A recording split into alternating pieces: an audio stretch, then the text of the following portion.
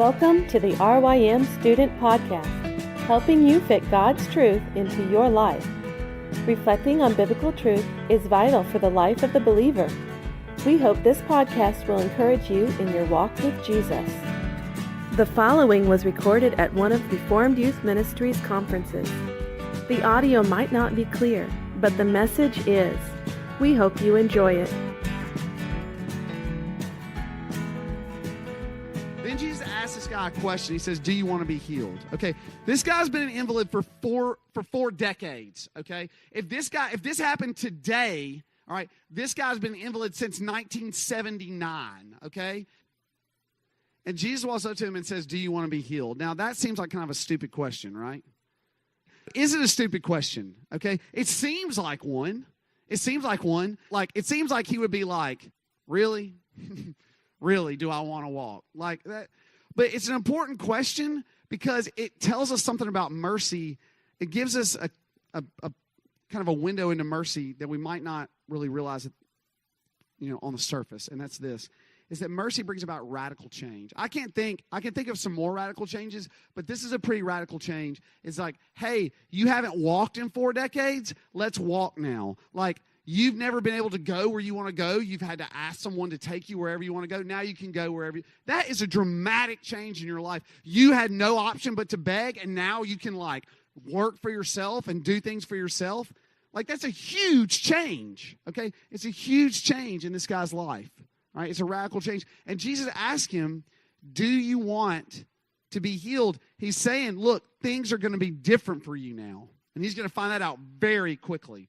And here's why that's so important, why we have to understand about that mercy brings about a radical change, okay, is because people don't like radical change. It's very unpopular, okay? It's very, very unpopular, radical change is. Especially if in the current status quo you are doing well, you don't want things to change. And we really have to ask ourselves this: do we want to see people healed? Because I think the Sunday school answer is, yeah, we want to show mercy. But here's what mercy does. Mercy takes people who are in a station of weakness, and it makes them stronger. And people who are already strong do not like that. They do not like that. And what that means is that we will be criticized. All right? We will be criticized for showing mercy. Will be criticized. We will receive, and some of it will probably be friendly fire. Before we move into that criticism, I just want to show you one more thing. I got to say this before we move on. It's just a little aside before we talk about getting criticized for showing mercy.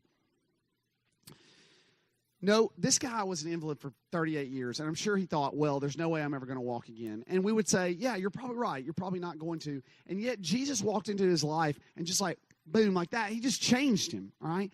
And I just want to tell you something really quickly.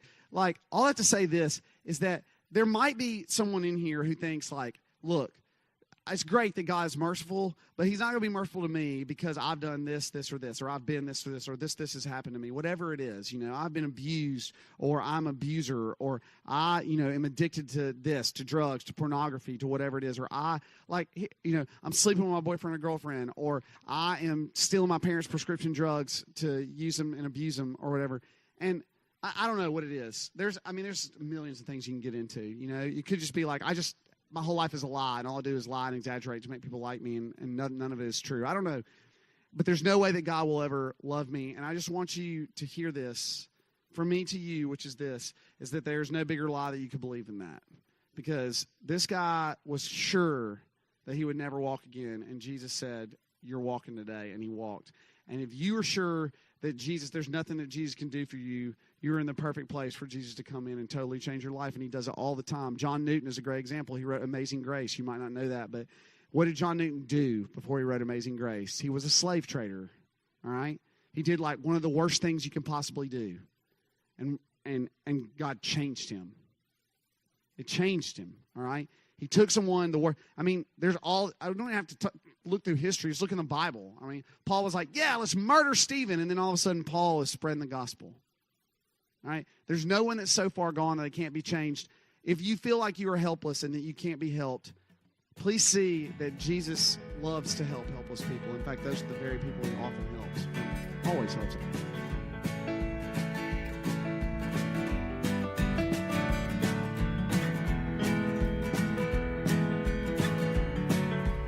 For more information on RYM student conferences, visit rym.org/conferences.